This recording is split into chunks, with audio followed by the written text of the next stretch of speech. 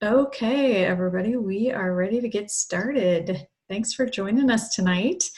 And you should see right now on your screen the lovely Miss Shannon Cheney Whitson, who is going to talk to us tonight a little bit about kickstarting weight loss. So I'll give a quick introduction of Shannon, and then what we're going to do is kind of go back and forth on some questions around, what happens when we're at certain stages in life. How do you kind of get things moving again, and how do you really go from the level where you're at and kind of take it to the next level? So she's got all these fantastic medals behind her. So I'm just going to give you a quick intro of Shannon. She and I met, what is it, maybe 4 or 5 years ago now, at least? Oh, close. Yeah. Yeah. Gosh, I can't keep track of time, but Probably Shannon at least 3. is, Yeah. yeah. Shannon is my trainer, and we met through a mutual friend who was a client of hers, and she's been torturing me for that long with training plans, which have been great. So she is a personal trainer as well as an Iron woman. I'm going to say Iron Man, I guess is technically correct, but she has completed 5 now, I think. Mm-hmm.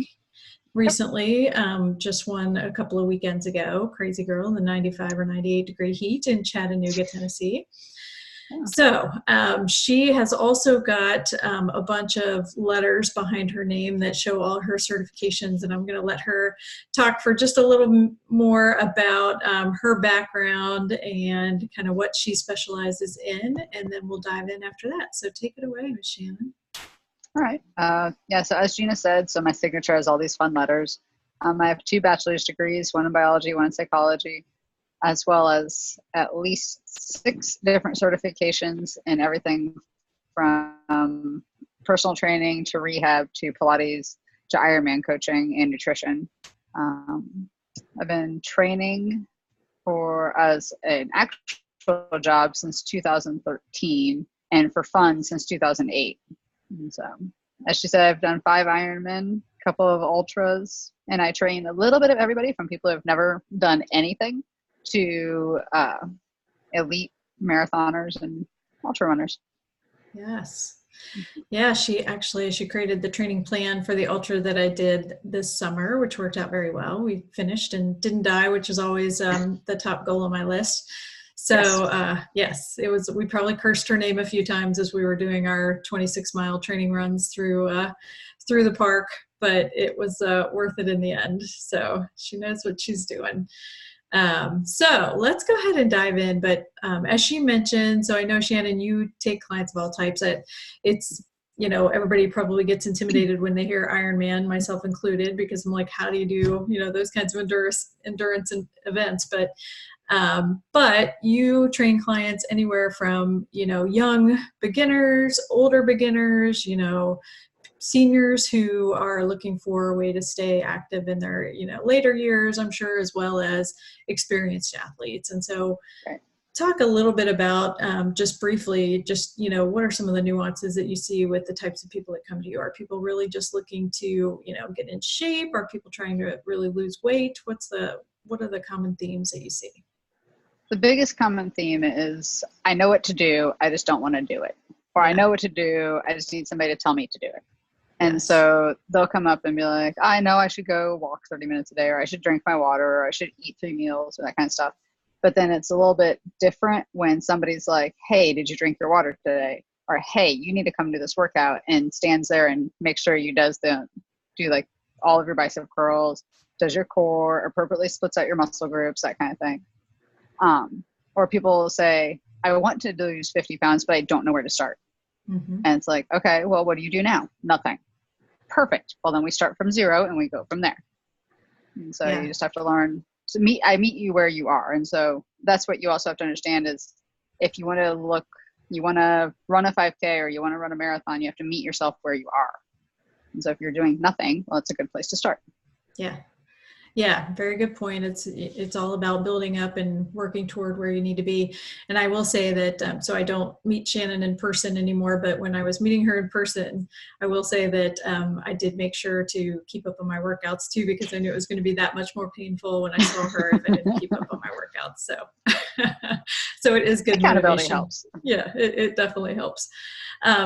So diving into the topic a little bit more for tonight too. So I often hear from whether it's clients or just people that I talk to about, trying to lose weight, people who are close to my age, which, mid-20s, it's hard to be able to do that when I'm just kidding, of course, but when you get to your late 30s into your 40s, there's a lot of stuff that happens that causes you, even if you didn't have a problem maintaining your weight before, it becomes a little bit tougher at a certain stage in life too. And so I thought we'd just start there and maybe talk a little bit about, what's your experience as far as, what causes a lot of those changes? Why do we see that, when we reach a certain age, it becomes a little bit tougher to keep weight off?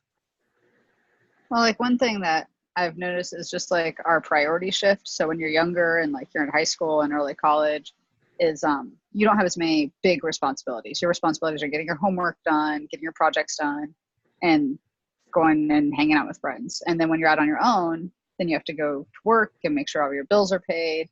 And the idea of working out becomes almost as like an accessory to your life as opposed to just as important to making sure you stay healthy. And so some people don't realize how healthy they were when they were younger until they're no longer making those efforts after school. And so now they sit at work, they sit in their car, and then they sit at home. And they don't realize how much of their day that they're not moving until somebody points it out. It's like, well, what's your step count for the day? Oh, 4,000, 2,500. And they're like, oh, okay. And so making that a priority in life, and just shifting focus. And sometimes it takes people getting sick before they realize that they have to do something. Sure. Sure. And I think on top of that, so lifestyle is a huge piece of it, right? We just, a lot of us aren't in jobs where we're moving a lot, unfortunately. And then for parents and things, they may be chasing after kids, but, the kids are a lot of times the priority there too. But also then physiological changes too that happen, that cause our metabolism to maybe work a little differently than it did in the past as well. And I imagine that affects people a lot as we kind of get into, I guess I don't like to call it middle age. I don't think it's really middle age, but as you get into your, later 30s, 40s. Yeah. Yeah. I mean, definitely your hormones are going to start decreasing, like estrogen starts going to decrease in as women, and your metabolism will slow down. And then we don't do it any favors when we physically slow down just by shifting our priorities. So when those two things come together, it makes it really hard. It feels like you're starting all over. Mm-hmm. And then it makes it really hard to like go forward because everything hurts. Everything, you feel like it's so much effort than it should be. But when you physiologically are doing these things and then you're mentally doing these things and you're not moving, then it kind of, you have to fight against it. And then you have to put in that much more work. And it's one of those, you lose it or you lose it, use it or lose it. And swear it came out right. And but then when your body is just like, these hormones are going to work against you and they're no longer going to help you heal, they're no longer going to help you recover, you're going to be sore longer. And it's just, a lot of people don't like that feeling, but it does get better. It just takes more effort. Mm-hmm. Yeah. Yeah, it does. And so next thing to get into, I guess, then is really, what are the best ways? So everybody's busy, right? Everybody's got a lot of things going on. So people feel like, oh, I can't run marathons, or, I don't have the time to dedicate to doing an Ironman to stay in shape. So, what's the best use of my time to be able to get the biggest bang for the buck, I guess, when you're trying to either, whether it's maintain or it's losing weight. So what would you, I guess, kind of diving into that topic, what are some things that you would suggest if you're kind of maybe start with a more beginner level, somebody who doesn't work out regularly today, kind of where would you start with trying to get some of that kick started for them? Well, some easy things are just lifestyle changes. So making sure you take a water bottle to work that you have to fill up multiple times a day and make it clear. That way you can see how much you have or have not drank, and then go to the farthest place to get water. Just those little things of adding in more steps to walk as far away to the bathroom, walk as far away to the water fountain, drinking your water, packing your lunch. Just simple things like that, because going out to eat with friends, like you might be like, okay, I'm going to eat, I don't know, we'll say somebody's got personal nachos that I just saw in a commercial a little while ago. And it's like, okay, they're selling it as a personal one setting or one portion, but it has like 1,200 calories, which is the vast majority of your calorie intake. And that's one meal. So just little lifestyle changes like that. And then don't make it an hour a day has to be a thing. Like a workout can be 15 minutes. because something is better than nothing. So it can be 5 minutes here, 15 minutes there, going on a walk at lunch, just little things. It doesn't have to be deadlifts in a gym. It doesn't have to be a marathon run, 60 minutes on a trainer, anything like that.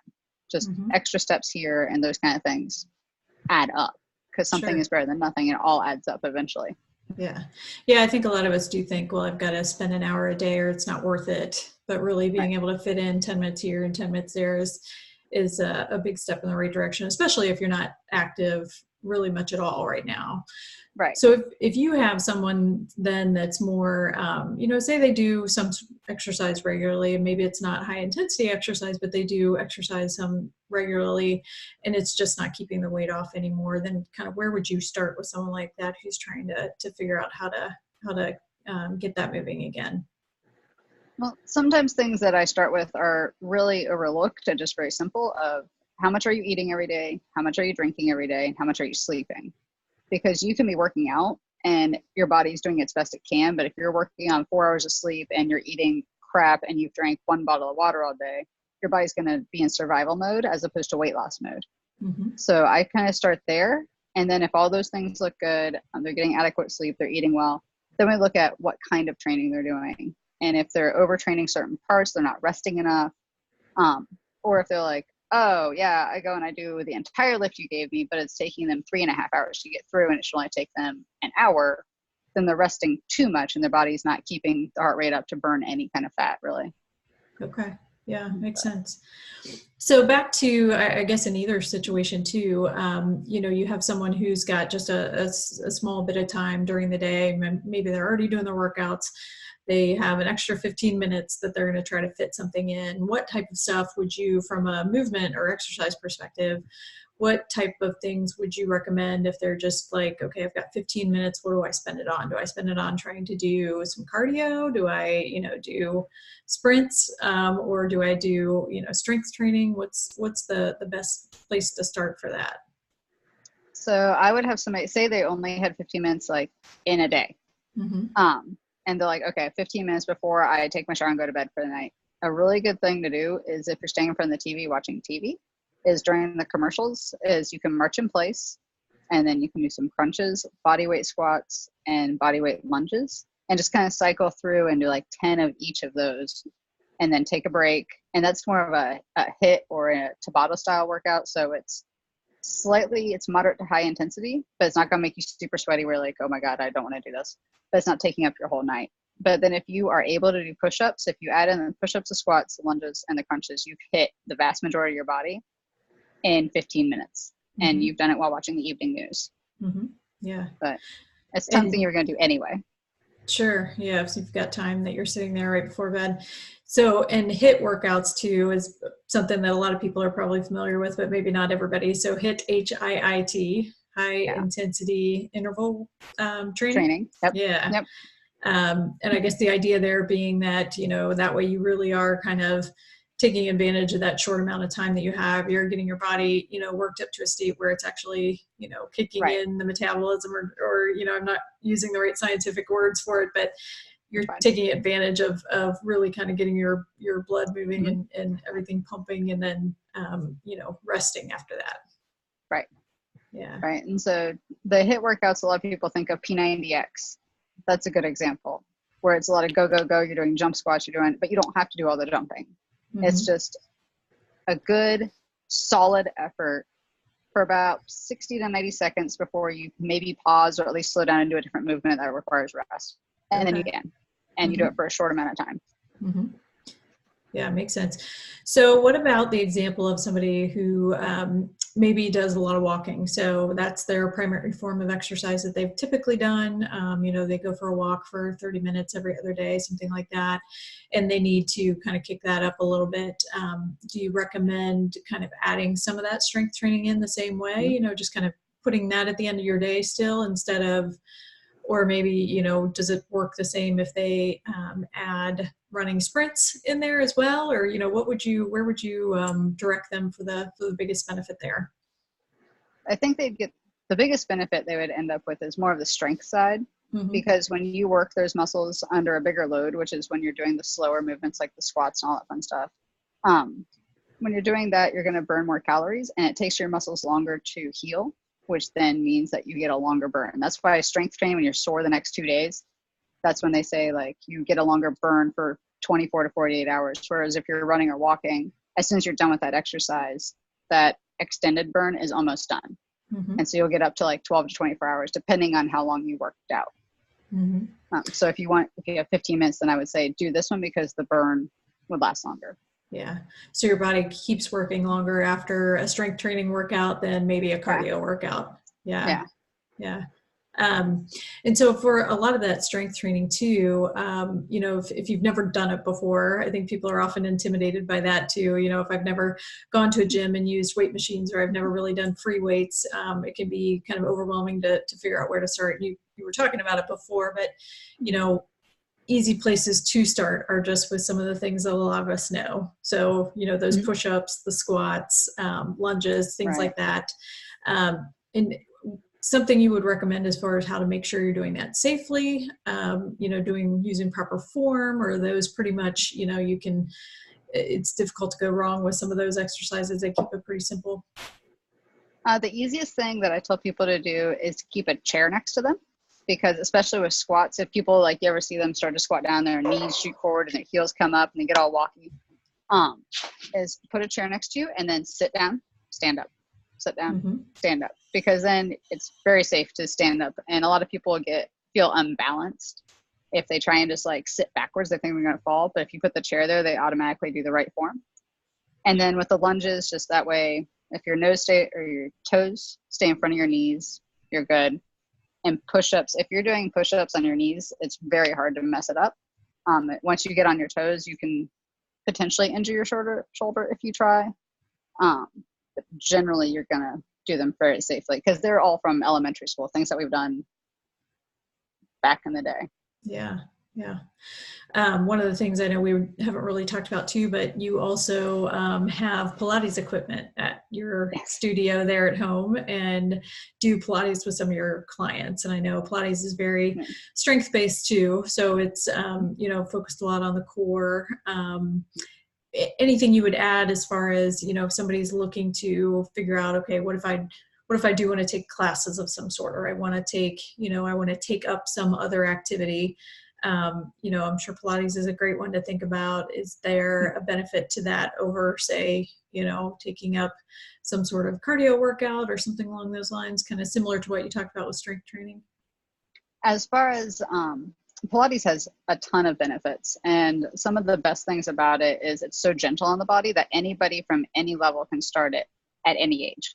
Because it's really good on the joints. So say you have knee, back, hip issues. A lot of people go into a gym and go, my knee's messed up, my hip's messed up, and they're terrified to do squats or lunges. But you can do those same movements on what's called a Pilates reformer. And it's not nearly as load bearing because you're moving with a spring system instead of using your body. But things to look for if you're looking for, say, a studio or an instructor, is somebody that's going to take you through at least 3 sessions by yourself to teach you how to use it.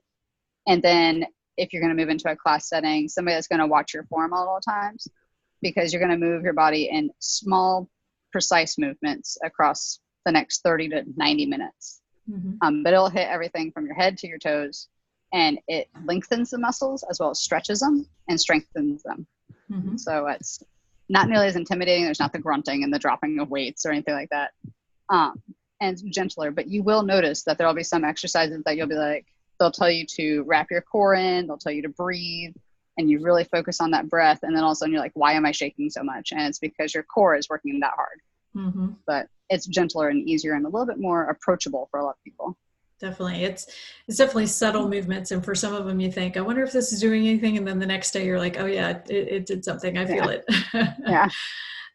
So one of the last topics that I wanted to hit to was, I think a lot of us, people at this age, you've got young kids, you've got, crazy busy life. They're in sports all the time. They're, running from place to place. And so time is probably the biggest obstacle that everybody faces when they think about trying to fit in the exercise. And, you are a great example because you have a 1-year-old, just turned 1 last weekend, right? Or is it last Wednesday? Yeah. Yeah.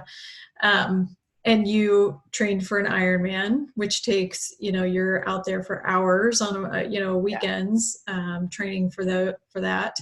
So what are some tips, I guess, you would give, doing the short bursts of exercise, I guess, is probably the biggest thing, but some tips that you would give as far as being able to fit it in if you've got that kind of lifestyle? A lot of it is flexible planning, where like you know what you need to get done for that week, and then just realizing. So I did a lot of my I gave up a lot of my ideas of running outside and biking outside because my son was not going to go with me for that long all the time. So I took advantage of nap time. I'd be downstairs in my basement on my bike trainer. It definitely took a village. And so my husband was great with like, if I needed to go do X amount of runs, he could take them on the weekends and stuff. But just any time that it's like, oh, he's cooperating. This is what I need to get done. Cool. I'm going to go do this lift. Or sometimes I'd have to break my workouts up across the day. And a lot of people are like, well, if I don't do all 6 miles right now, I can only do 2, then my day's wasted. No, I would take my advantage of my 2 and then go do my 4 later. Because that's still okay as long as it's not something that you're going to do all the time. Because yes, eventually you're going to put all those miles back to back, but still the pounding on your body. And so you're getting the mileage on your feet, the mileage on your joints, and it will accumulate over time. And so just taking advantage of any time you have. So a lot of people say you've got a baseball game that you're going to, like your son plays baseball. They warm up for 30 minutes to an hour. You don't have to watch warm-ups, really. So you could go run around the park. Most parks have tracks around them. You could do some workouts by your car. You can go for a jog, you go for a walk, and then watch the game, and you've gotten everything done. Mm-hmm. Yeah. Yeah, I think with that kind of thing too, one of the things we have to get comfortable with is, one, yeah, you might look silly or different when you're standing there with the rest of the soccer moms or the baseball moms and you're doing your squats or you're, taking laps around the field, but so what? Right. It's just making that something that's a little bit more acceptable everywhere we go. And then, Oh, yeah. Yeah, just taking advantage of that time. And I guess the other thing too that I'm sure a lot of people face is, you mentioned it takes a village, and maybe just being less afraid to ask for help. I know a lot of women especially are reluctant to do that, and reluctant to whether it's a spouse or it's somebody else, reluctant to take advantage of that. And sometimes you just have to, it's just something you can't help, and maybe you can help them in a different way down the road. It's just something that sometimes you have to make it a priority and figure out what else you can do to take care of things while you're getting in your even 30 minutes of exercise. Yeah, that mom guilt thing is real. I didn't think it was such a big deal until I had a kid, and I was like, oh, you're right. Everyone is judging you. You are 100% correct. But then you just have to let go of it and accept that, like, for me, doing my workouts, one, is for my job, so that's bonus. But two, it makes me feel better. It makes me a happier person. And it makes me someone who's nicer to be around. And nobody wants to be around a cranky person. So it's worth it to ask my best friend to be like, hey, do you mind watching Finn for a little while? Do you mind if I go to the pool? Or once he was old enough to go to childcare, it's fine to let somebody else watch him. It's 1 hour out of a 24-hour day. That leaves the other 23 hours I'm still with him. And so it's just kind of letting some of that go. And if anybody really wants to look down on it, then be like, well, then you can help me and we can trade child caring often. So I'll watch your kids, you watch mine. Yeah, definitely. Yeah, I'm sure the mom guilt thing is a big factor in a lot of it, but yes, I'm confident your kids know that you're there for them and they love them, and that they will appreciate that you're a happier person when you get your workouts in. Yes. Yes. Good. Well, those are, that was the main thing that we wanted to talk about. But before we wrap up too, so, when you train clients, just, you do it in several ways. So I know, you still make a training plan for me. So whenever we're training for races, which is pretty much all the time, you do kind of an online training plan for me that kind of maps out, what the schedule looks like. And so here's what you do each day and kind of the workouts that go along with that. You also see people in person at home and do, whether it's twice a week or whatever it is, in-home personal training with them too. So a lot that you can do. I know people sometimes get that's another factor that people think about when they think, oh gosh, I do want somebody to help me figure out what to do, but I don't have the time, the money, the whatever to, Right. hire somebody to do something. Whereas there are a lot of options out there. There are a lot of things that you can get help without having to, spend a lot of money, without having to take out, driving time and things like that. There are a lot of different ways that you can get it. Yeah. Yeah. I mean, I like to meet people, like I said, I like to meet them where they are. So if they say that they don't have a lot of money and they don't have a lot of time, I have a lot of options from online to in person to a la carte. Like I've had some people say like, I really need to do this. I've had this kind of medical issue. I really need somebody to help me. And depending on what's going on, we just go, cool, let's work with what we have. And so whatever they say, like, I can only pay you X amount of dollars a month. And I'm like, you bet you need this. That's fine. I just, cause it's fun. Making money is benefit, but I want other people to not see that as an obstacle. Yeah. Like to take advantage of their time and not feel like, oh, I have to have this huge gym equipment. I have to pay this expensive trainer and I have to do all these things in order to help myself. But I want to teach people how to read their training plan and be able to make educated decisions based on what they have. So like, say they know they've got a sick relative they have to help take care of on the weekends. It's not a weekend that they can do things, but they feel confident in switching their workouts as needed. Or they can text me and say, what do I do? And I can tell them how to switch it. Mm-hmm. And then that makes it fit their life better instead of their life fitting their training. Yeah. Yeah. And even I know you've done one-time things before too, like just, something that fits every budget that just, it's starting somewhere. So like you said, it's really just figuring out where do I start and how do I get things moving. And then you go from there based on what people have the flexibility to do. Yeah. And I mean, I have people ask me all the time, like, I'm happy to answer any kind of questions. Like, you don't have to be a client to ask questions. Like some people feel like they can only talk to somebody if they're paying them. And that's not how I function. That's not how I function. That's not how I work. So if people have questions, I'm very happy to answer them. Yes. Like, I don't feel like I just have to say, I'm sorry, I have to set aside time and then pay you. No, I'm happy to point in directions and teach as needed. Yeah, definitely. Well, you've helped me a lot. A couple of things that before we wrap up that I want to let everybody know too. So you have you have a tool that you kind of created to give people a little bit more information on, how can you get started if you're looking to figure out how to take the next step as far as incorporating more exercise in your life. So that's something that we can send after this webinar. And I think we've got email addresses for the folks that are on the line. So we'll send that out afterwards. We also, Shannon and I are intending to kind of do this as a regular series. So we will be doing another one next Tuesday, same time, same place. And we're going to keep them short. So 15, 20 minutes on different topics, just because we know people don't have a lot of time to dedicate to this, even if it is a topic that's interesting to them. So we will do another series of these. Look for more information from us on that. That'll be coming out shortly. And anything that you would add, Shannon, before we wrap up? No, unless there's something specific, like we said, we're going to do like a mini series of sorts. And if there's something that you're like, this is driving me nuts, I would love more information on, send an email, text, whatever to one of us. And that's something that we'll definitely make sure to hit. Because we have our own little list of ideas, but sometimes that's like, these are the things that we hear. But if it's something really weighing on you, be like, I really want more information on how I can make a meal that will appease 3 children and 2 adults. And so we can just, things like that. And so like, if you're afraid to ask it, don't be afraid. Just ask and we'll go. Yeah, definitely.